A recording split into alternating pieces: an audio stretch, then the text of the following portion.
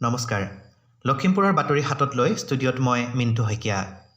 আজি তৃতীয় দিনাও ৰাজ্যবাসী শোকত ম্ৰিয়মান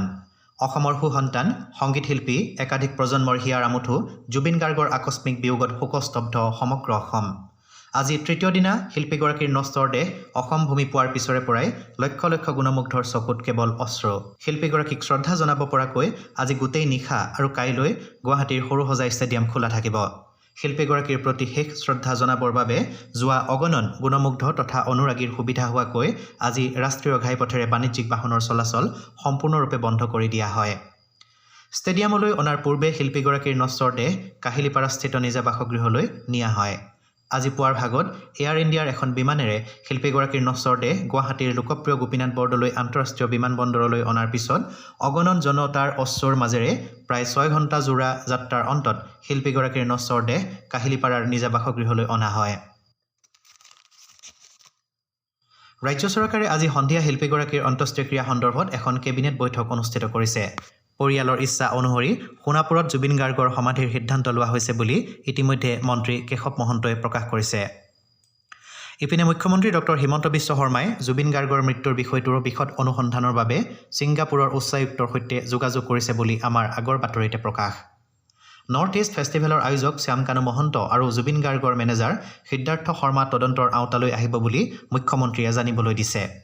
একাধিক প্ৰজন্মক প্ৰতিনিধিত্ব কৰা হেজাৰ শ্ৰোতাৰ প্ৰিয় সংগীত শিল্পীগৰাকীক শ্ৰদ্ধা জনাই আজি তৃতীয় দিনাও সমগ্ৰ ৰাজ্যজুৰি দোকান পোহাৰ ব্যৱসায়িক প্ৰতিষ্ঠান স্বতঃস্ফূৰ্তভাৱে বন্ধ হৈ পৰিছে বিভিন্ন জিলাৰ দৰে লখিমপুৰৰ পৰাও সহস্ৰাধিক লোক গুৱাহাটীলৈ গৈ আজি শিল্পীগৰাকীক শেষ শ্ৰদ্ধা জ্ঞাপন কৰিছে প্ৰিয় শিল্পী জুবিন গাৰ্গক হেৰুৱাই সমগ্ৰ ৰাজ্যৰ লগতে লখিমপুৰবাসীও শোকত ম্ৰিয়মান কালি লখিমপুৰ জিলাৰ লখিমপুৰ চৰকাৰী উচ্চতৰ মাধ্যমিক বিদ্যালয় খেলপথাৰত শিল্পীগৰাকীৰ প্ৰতি শ্ৰদ্ধা জনাই এক ৰাজহুৱা শ্ৰদ্ধাঞ্জলি অনুষ্ঠানৰ আয়োজন কৰে জিলাখনৰ বিভিন্ন প্ৰান্তত আজিও সহস্ৰজনে বন্তি মমবাতি আদি প্ৰজ্বলনেৰে ৰাজহুৱা শ্ৰদ্ধাঞ্জলি জ্ঞাপন কৰিছে জিলাখনৰ বিভিন্ন স্থানত আজি সন্ধিয়া শ্ৰদ্ধাঞ্জলি অনুষ্ঠানৰ আয়োজন কৰিছে জিলাখনৰ ঘিলামৰা ঢকুৱাখনা বান্দৰদেৱা নাৰায়ণপুৰ হাৰমতি লালুক বিহপুৰীয়া বগীনদী গোগামুখ পানীগাঁও পশ্চিম তেলাহী পথালি পাহাৰ ভোগপুৰ উত্তৰ লখিমপুৰ নগৰ আদি বিভিন্ন ঠাইত শ্ৰদ্ধাঞ্জলি অনুষ্ঠান আয়োজনৰ বাতৰি পোৱা গৈছে বিদ্যালয় মহাবিদ্যালয় হাস্পতাল আৰক্ষী চকী নামঘৰ মন্দিৰ আদিতো সুকীয়াকৈ শ্ৰদ্ধাঞ্জলি অনুষ্ঠানৰ আয়োজন কৰিছে আজি পবিত্ৰ